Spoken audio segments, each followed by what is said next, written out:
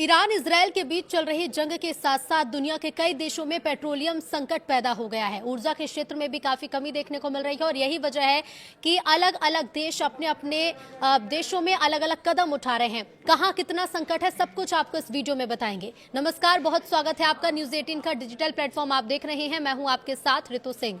दुनिया एक बार फिर संकट के दौर में खड़ी दिख रही है, जहां हालात धीरे धीरे 2020 की याद दिलाने लगे हैं। फर्क यहां पर सिर्फ इतना है कि इस बार वजह कोई वायरस नहीं है, बल्कि तेल और गैस की सप्लाई पर आया बड़ा झटका है। मिडिल ईस्ट में स्ट्रेट ऑफ हॉर्मुज के आसपास बढ़ते तनाव और ईरान अमेरिका इजरायल के बीच जारी टकराव ने तेल सप्लाई को बड़ा झटका दिया है। अगर ऐसे ही हालात कुछ दिन रहे तो जल्द ही कई देशों में लॉकडाउन की स्थिति बन सकती है। हालांकि ये लॉकडाउन कोविड-19 जैसा लॉकडाउन नहीं होगा, बल्कि इसे एनर्जी लॉकडाउन कहा जा सकता है। कई देशों में एनर्जी लॉकडाउन जैसे कदम उठने भी लगे हैं। पाकिस्तान, थाईलैंड, वियतनाम, बांग्लादेश और फिलीपींस जैसे देशों में पेट्रोल डीजल की खपत कम करने के लिए बड़े पैमाने पर वर्क फ्रॉम होम लागू किया जा रहा है। इसके साथ ही ऑफिस और घरों में एसी का तापमान 26 डिग्री या उससे ऊपर रखने के निर्देश हैं। कई जगहों पर स्कूल कॉलेज भी ऑनलाइन कर दिए गए हैं ताकि ट्रांसपोर्ट में होने वाले ईंधन खर्च को कम किया जा सके। एनर्जी लॉकडाउन कोई आधिकारिक शब्द नहीं है, लेकिन हालात को समझाने के लिए इसका इस्तेमाल किया जा रहा है। जब किसी देश के पास ऊर्जा यानी तेल, गैस या बिजली की कमी हो जाती है तो सरकारें इस खपत को कम करने के लिए लोगों की रोजमर्रा की गतिविधियों पर कुछ सीमाएं लगाने लगती हैं। ये वही स्थिति होती है जब आपसे कहा जाता है कि बेवजह यात्रा न करें, ऑफिस घर से करें, एयर कंडीशनर सीमित चलाएं, गैर जरूरी काम फिलहाल टाल दें। सरकार इसे लॉकडाउन तो नहीं कहेगी क्योंकि इससे घबराहट फैलती है, लेकिन आम आदमी के लिए असर काफी हद तक कुछ वैसा ही हो जाएगा जैसा कोविड के दौरान महसूस हुआ। फर्क सिर्फ इतना होता है कि इस बार मकसद बीमारी रोकना नहीं बल्कि ऊर्जा बचाना है।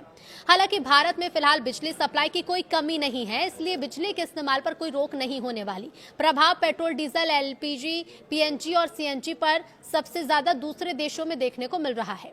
ईरान युद्ध के कारण स्ट्रेट ऑफ हॉर्मुज लगभग बंद है दूसरे देशों के लिए, जो दुनिया के करीब 20% तेल और एलएनजी का परिवहन करता है। इसके अलावा दोनों पक्षों ने गल्फ क्षेत्र में तेल गैस सुविधाओं पर हमले किए हैं, जिससे वैश्विक एनर्जी संकट गहराया है। ये संकट मुख्य रूप से एशिया को प्रभावित कर रहा है, क्योंकि ये देश मिडिल ईस्ट से 60 से 90% तेल एलएनजी आयात करते हैं। कई देशों में एनर्जी लॉकडाउन जैसी स्थिति है, यानी कि fuel rationing, work from home, छोटे वर्क वीक, स्ट्रीट लाइट बंद, ब्लैकआउट, फैक्ट्री, स्कूल बंद और कोविड काल जैसी बचत उपाय। मुख्य प्रभावित देश जहां एनर्जी लॉकडाउन सख्त उपाय लागू हैं, सबसे पहले बात करेंगे पाकिस्तान की कि पाकिस्तान पर ईरान इजरायल युद्ध का कितना असर देखने को मिल रहा है। स्ट्रेट ऑफ हॉर्मुज में तेल और गैस के जहाज ईरान के टारगेट पर हैं। ऐसे में पाकिस्तान की अर्थव्यवस्था चरमराती हुई नजर आ रही है। सैलरी में कटौती, सरकारी खर्चों पर लगाम के बाद अब पाकिस्तान में पेट्रोल के दाम बढ़ा दिए गए हैं। पाकिस्तान में तेल पर हर लीटर पर 200 रुपए का टैक्स बढ़ाया गया है। पाकिस्तानी सरकार ने ये टैक्स लग्जरी वाहन में इस्तेमाल होने वाले हाई ऑक्टेन ईंधन पर लगाया है। पाकिस्तान सरकार ने हाई ऑक्टेन ईंधन पर शुल्क को 100 रुपए से बढ़ाकर 300 रुपए प्रति लीटर करने का फैसला किया। अगर ईरान और अमेरिका के बीच जारी जंग जल्द नहीं थमी तो पाकिस्तान की हालत और खराब हो जाएगी, क्योंकि उनका तेल का भंडार बस कुछ ही दिनों का बचा हुआ है।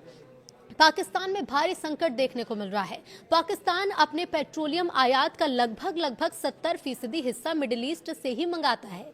ईरान और इजरायल युद्ध के कारण जहाजों के आवागमन के मुख्य मार्ग और आपूर्ति चेन बुरी तरह से प्रभावित हुई है।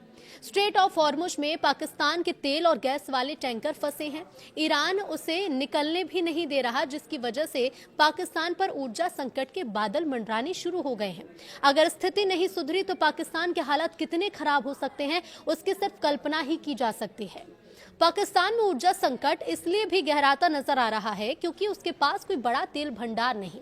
ऐसे में अगर सप्लाई रुक जाए तो पाकिस्तान के लिए बहुत दिनों तक खुद को संभालना बहुत मुश्किल हो जाता है। हालात यह है कि पिछले काफी दिनों से पाकिस्तान की तेल और गैस की सप्लाई प्रभावित है। पाकिस्तान के अधिकारियों के मुताबिक पाकिस्तान का तेल और गैस का रिजर्व भंडार अब खत्म हो रहा है। लगभग 7 दिनों के कच्चे तेल, 17 दिनों के लिए डीजल, 20 से 22 दिनों के लिए पेट्रोल, 10 दिनों के लिए जेट फ्यूल का स्टॉक और सिर्फ 6 दिनों का एलपीजी रिजर्व बचा है।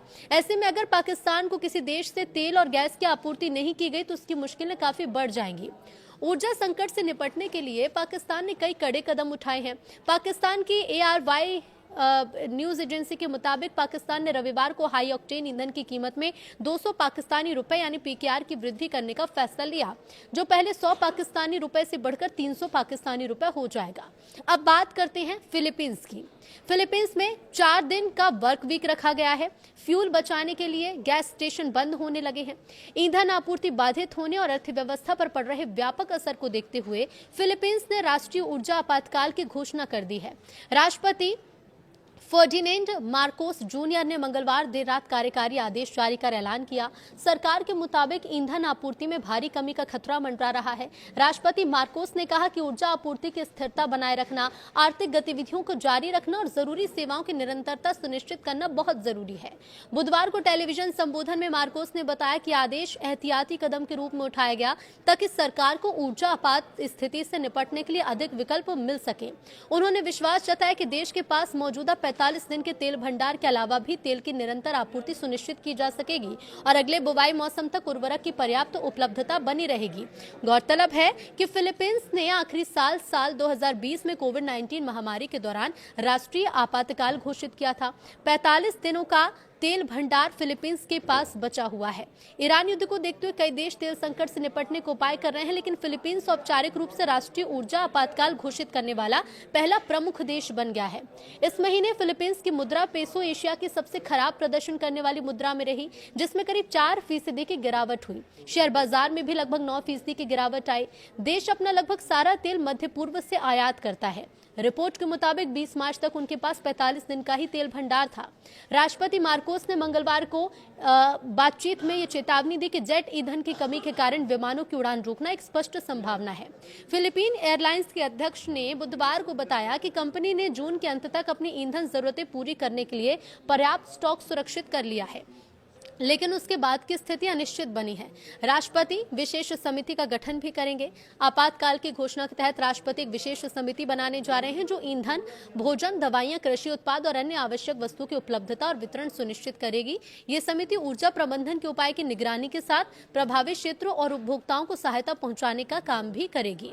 अब बात श्रीलंका और वियतनाम की। तो देखिए, फ्यूल सेविंग मोड में है। राशनिंग और सीमित उपयोग यहां पर भी किए जा रहे हैं।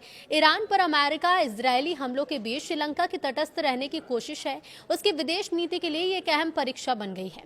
पिछले हफ्ते श्रीलंकाई राष्ट्रपति अनुरा कुमारा दिसानायके ने कहा था कि इस संघर्ष में शामिल किसी भी पक्ष की सैन्य संपत्ति का श्रीलंका में स्वागत नहीं है। इस दौरान उन्होंने संसद को यह भी बताया कि फरवरी के आखिर में सरकार ने 2 अमेरिकी लड़ाकू विमानों को मट्टाला हवाई अड्डे पर उतरने की अनुमति देने से मना कर दिया।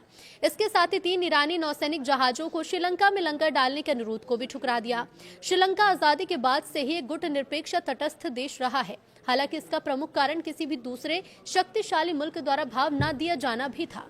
श्रीलंका शुरू से आर्थिक और सैन्य रूप से कमजोर देश रहा है। ऐसे में वो ना तो पहले और ना ही अब किसी भी देश को नाराज करने का जोखिम उठा सकता है। अब ऐसे में श्रीलंका के आसपास भी काफी संकट मंडरा रहा है।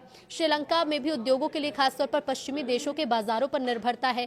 कुल कपड़ा आयात का यहाँ 40% से ज्यादा हिस्सा अमेरिका भेजा जाता है और ऐसे में अगर अमेरिका नाराज होता है तो इसके तत्काल आर्थिक दुष्परिणाम दिखने लगेंगे। ऐसे में फिलीपींस में भी आपने देखा कि 4 दिन का वर्क फ्रॉम होम अनिवार्य कर दिया गया है और कई फ्यूल स्टेशन यहां पर बंद भी होने लगे हैं।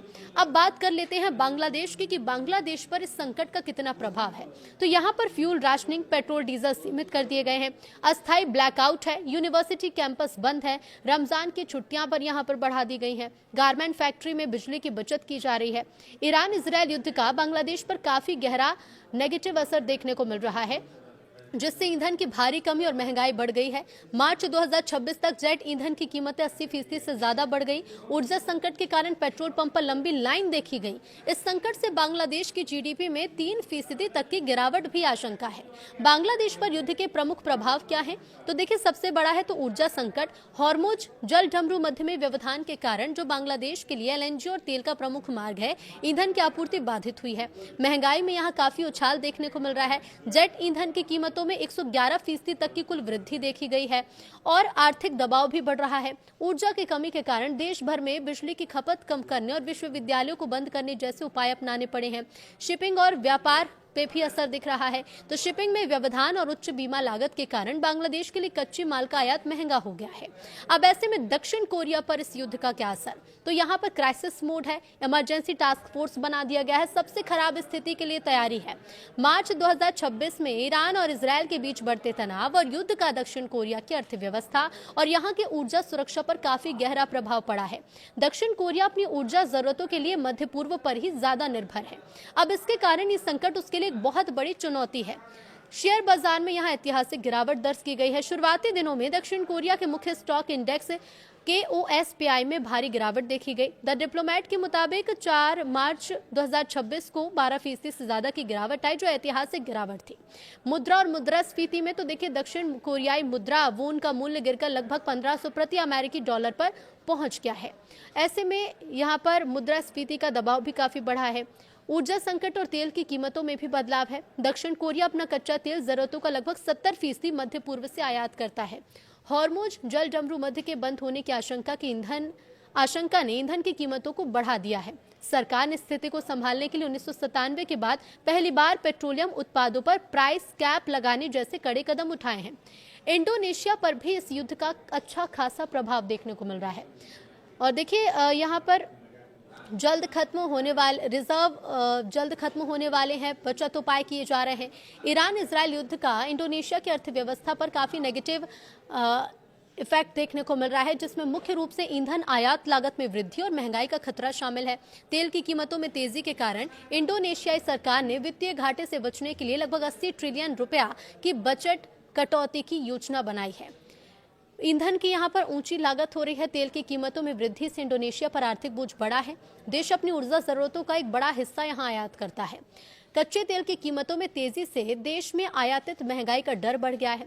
राष्ट्रपति प्रबोवो सुबियांतो की सरकार युद्ध के आर्थिक प्रभाव से निपटने के लिए लगभग 80 ट्रिलियन रुपया की बजटीय बचत की तलाश कर रही है। हॉर्मुज जल डमरू मध्य में तनाव के कारण सप्लाई चेन में भी रुकावट है, जिससे औद्योगिक कच्चे माल की उपलब्धता भी प्रभावित हो सकती है। वैश्विक आर्थिक अनिश्चितता के बीच इंडोनेशियाई रुपया पर दबाव बढ़ने की भी संभावना है। चीन और जापान पर क्या असर है? तो देखिए चीन के लिए युद्ध एक दोहरी चुनौती बनकर आया है।